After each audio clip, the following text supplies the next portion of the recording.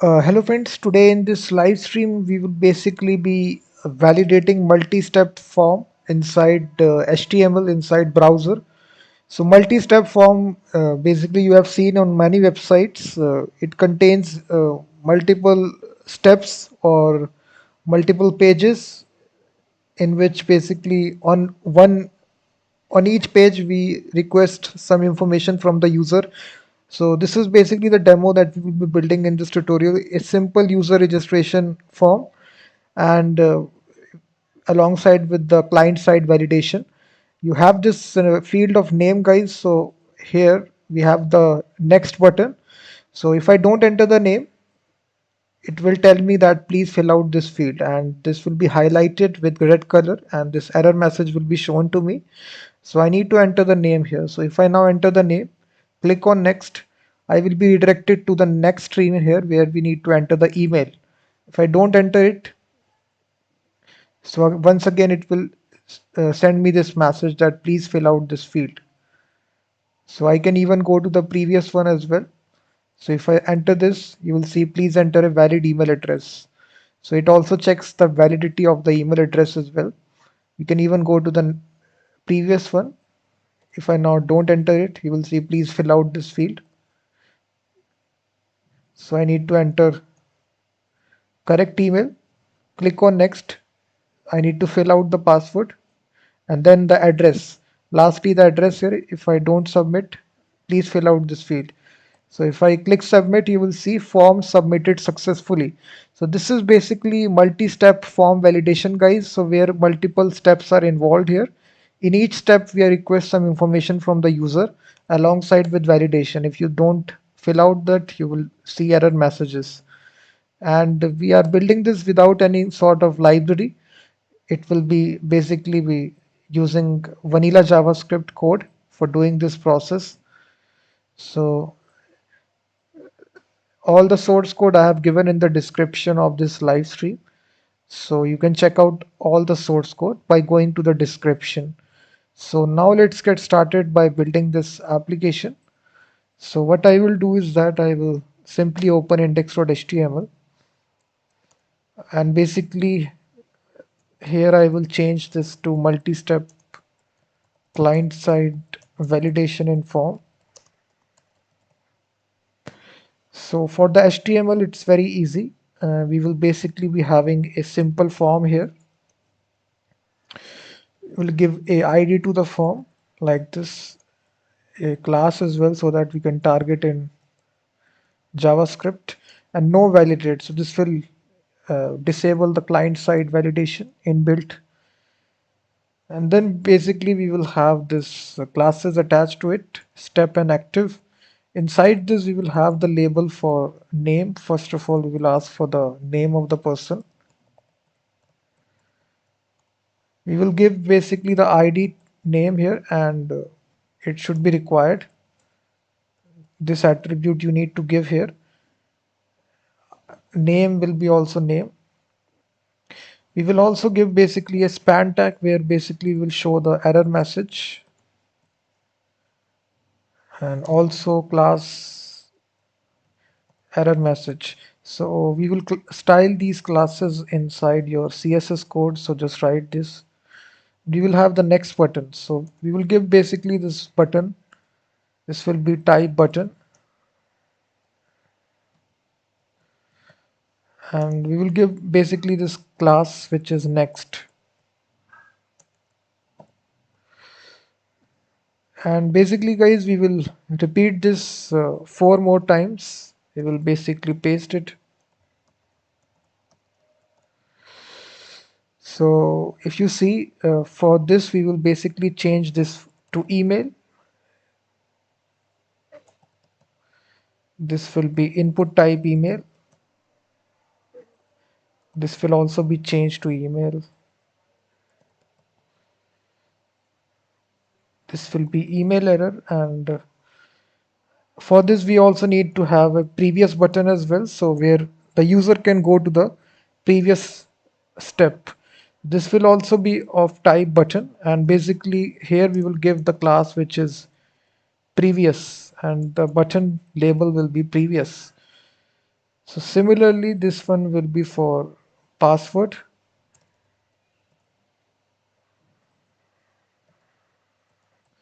So you can eliminate these active classes. Active will only be active on this one, which is the first one, which will be shown on the screen. We can eliminate these classes from other fields. So this will be password.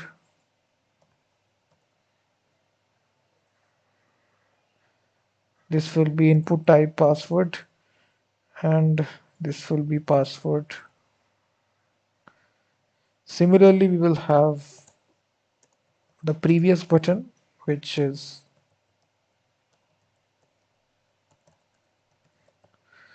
and lastly, we will have the field for the address. So basically you can change this to address.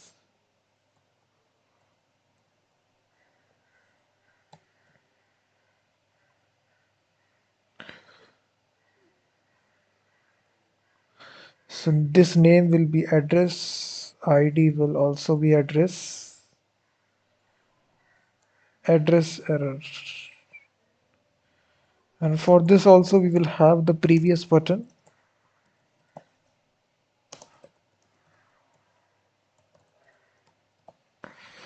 So if you see inside the HTML, this is not looking nice because we haven't applied the CSS.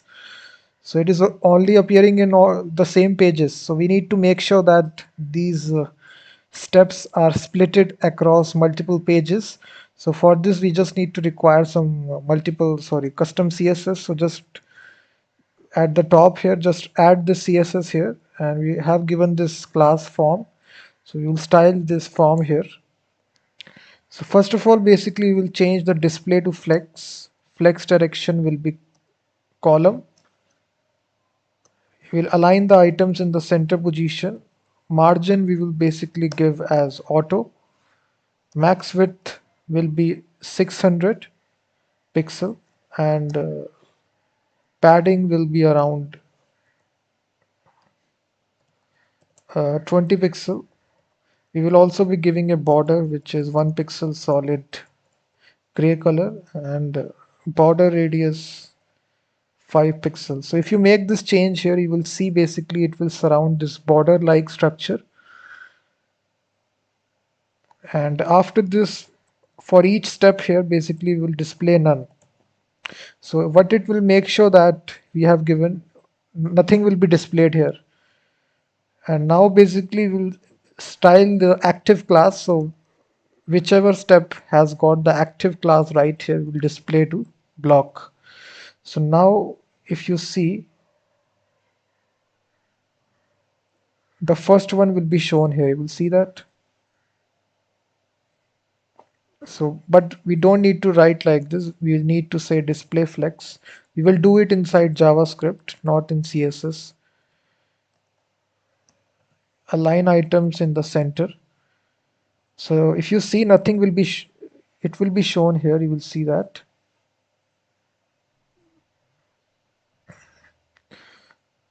I think if you remove this line,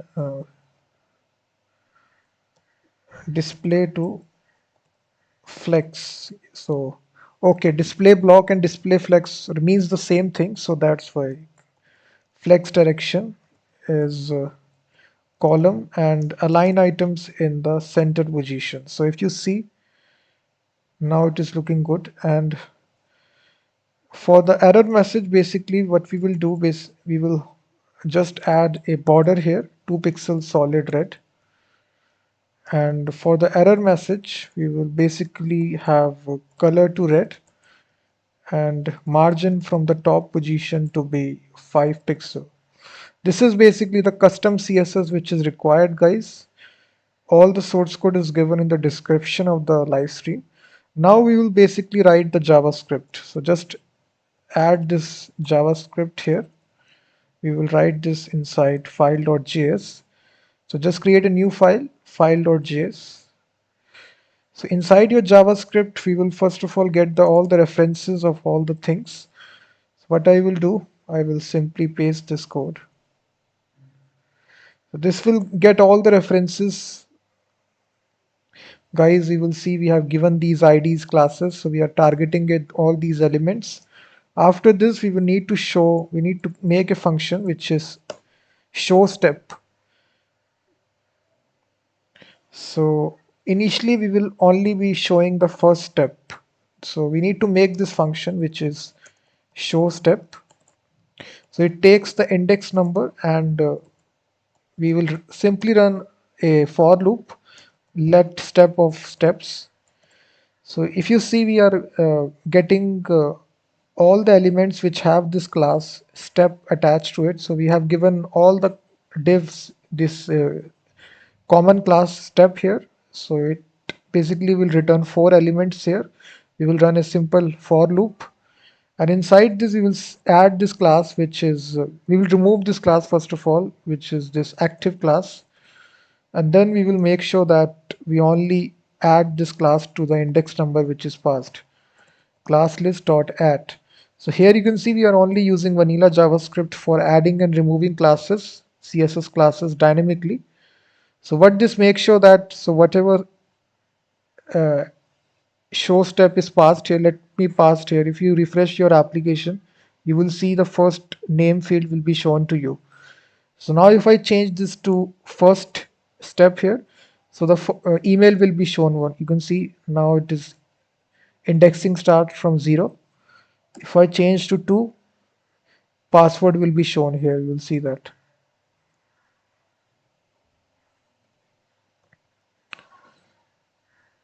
So one thing, let me just disable this. Where it is, let me disable this. So dynamically you will see that, guys, we are showing it. So we just need to pass here 0. So the first step will be shown to us when we load the page. So just after this, guys, we will now add a event listener to the form. So when we click the next button, what should happen? So this event will automatically take place. So here we will compare it inside the if condition, that if the class list contains the next button, in that case we know that the next button is clicked. If you see inside HTML, we have given the button classes. This class we have given which is next, and to the previous class we have given previous. So basically inside this JavaScript if condition, we are checking that if the button contains the next class or previous button. So in this we know that the next button is clicked. So in that case we will say that if the current step, we will get the current step by using event.target.closest. So it will basically return the, we will put step here. It will return the current step to us, and now we will calculate the next step by using a selector in vanilla JavaScript, which is sibling next element sibling. So this will be the next step. So here we will have a validate step function. We will basically pass current step to it. We will first of all validate this step. If it returns true, then in that case we will basically show step. We will call this method once again. We will move to the next step.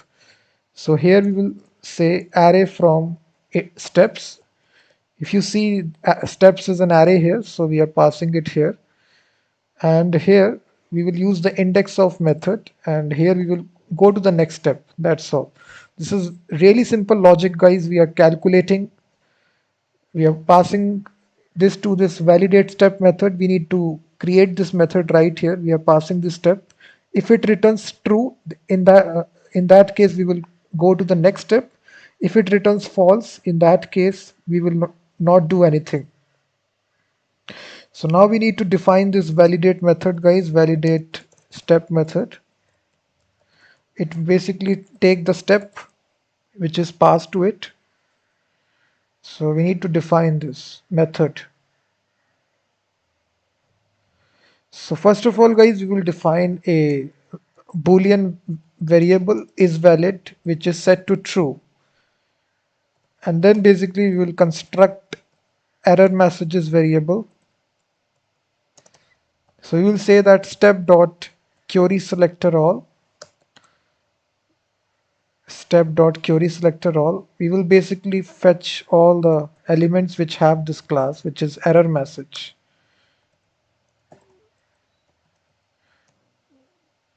We will say that let error message of error messages. This will be an array, so that's why we are using for loop. We will first of all reset it, so that's why we are doing this. We will say text content to nothing. So this will make sure that the previous error messages are reset before you come to this function. So that's why we are running this. We are removing the previous error messages which were there. That's why we are doing this. And now we will validate this. So first of all, we will get the reference to the element for which we need to validate. So we will say that query selector all. Once again, we will use this method input. So it is basically getting all the elements which are input like this. So if you are inside this step, let's suppose if you are in email step, we will get reference to this element, which is input element right here. And then we will basically run a for loop, let input of inputs. And here we will have a if condition that if input check validity, then in that case, we basically, so here guys, if you see, basically we are getting all the input elements here. We are getting this also, input type text, input type email, password, and also address, input type text. So here we are checking that if that input field is email one, then in that case we need to basically uh, we need to remove that error. So we will say that input dot class list remove error. So we need to remove this error class.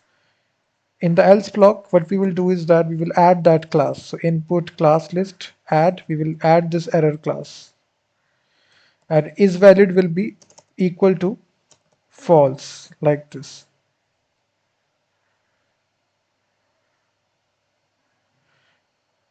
And after that, guys, we also need to show the error messages. So what we will say is that error message step dot query selector all, query selector, sorry, and here we will have basically the selector. This is, we are using this backtick symbol, input dot id. So it will get automatically the id of the input element selected dash error. So you can see we have given these IDs. Dash error will be constant and this will be dynamic. Address, this will be password, email, and name. So that's why we are doing this. We will get the reference to this and then we will simply say that text content will be equal to input dot validation message. And basically here we need to if you're seeing right here, we are this is basically the built-in method with the check validity.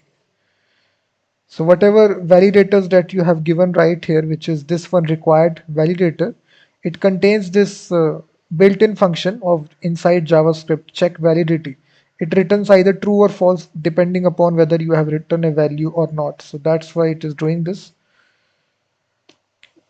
So basically, if it returns true in all these situations, then we will lastly we will return the value of is valid. Either it's true or false. So firstly, we started with true, but if we have invalid input, in that case, this value will become false. So lastly, we are returning the status of is valid value. Either it's true or false. This is basically the logic of validate step method. That's all. And once again, guys, we also need to add one other thing, which is email input. We need to add an event listener to it. This will be for the validity of if the input is valid or not, if the email address is valid or not. So we will add this again, this check validity function.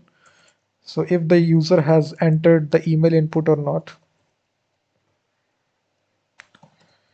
So if the user has entered the email address, we will remove this error message. Let me paste this code here for you. It does the same thing, but it also adds the validation for the regular expression whether the user has entered a correct email address or not. So like this.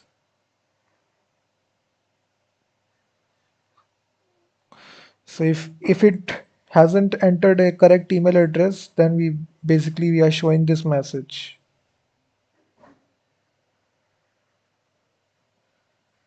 So if you just now refresh your application, guys, if you click next here, you will see please fill out this field. So you're seeing this error message here. If I enter this message, click on next, I will navigate to the next step. I can over If I click the previous button, I can't go to the previous state. So what I can do is that basically, if you see, basically we also need to add another event listener similarly to this one. So here, basically, if you see, uh, we need to add another one, which is this will be also a callback function. And here, basically, we will have another if condition, event.target.class list contains previous. So here we are checking that if the class is called as previous, in that case, the previous button is clicked. In this case, again, we will use the same logic, guys, that we used in the two. So what we can do is that we can write inside here. So we can simply copy this code, paste it, and we can simply say previous here, and we can do the same thing right here also.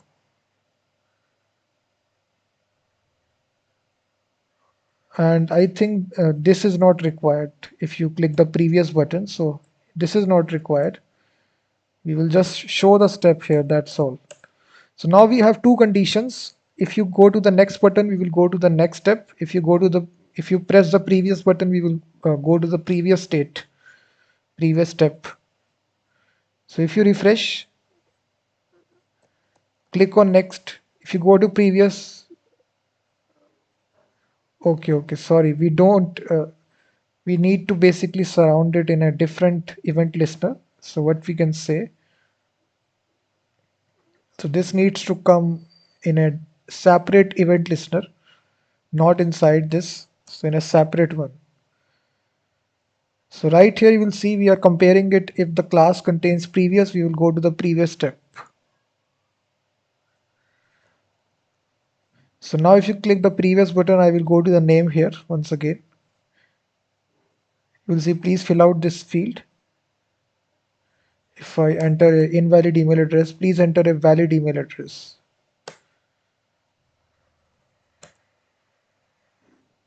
Click on next.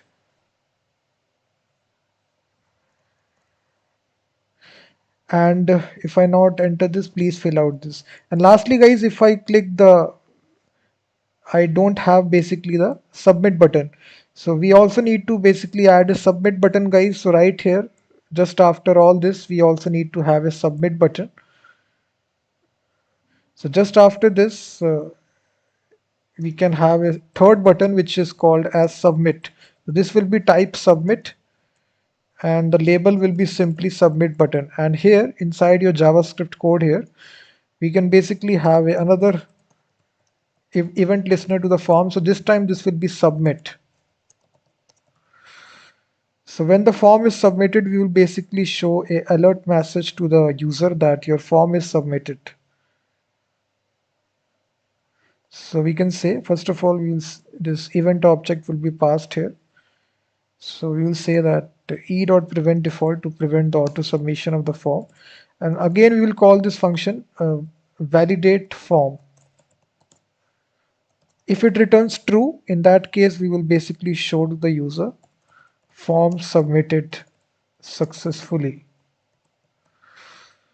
So inside your validate form, guys, if you see, we need to basically make this method validate form. This is really simple. Inside this, we will once again have this variable is valid set to true. And here we will basically validate each step. We will use a for loop for this. We will say steps.length I++. So for each step, we will basically call this function which we constructed right here, which is validate step. We will say if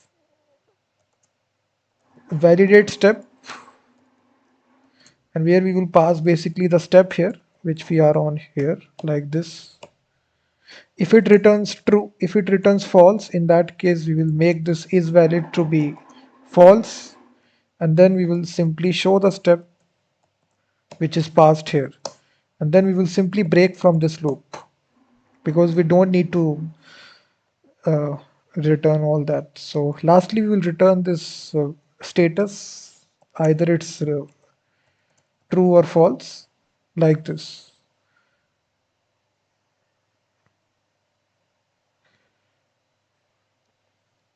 So if you see, click, so please include @ symbol in the email address, you will see that.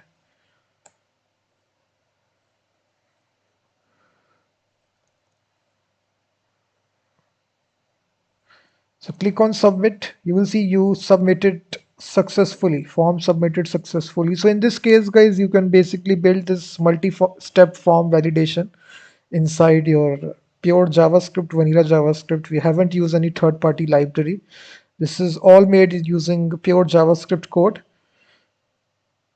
All the source code, guys, is given in the description of the video. Thank you very much for watching this video, and I will be seeing you in the next live stream.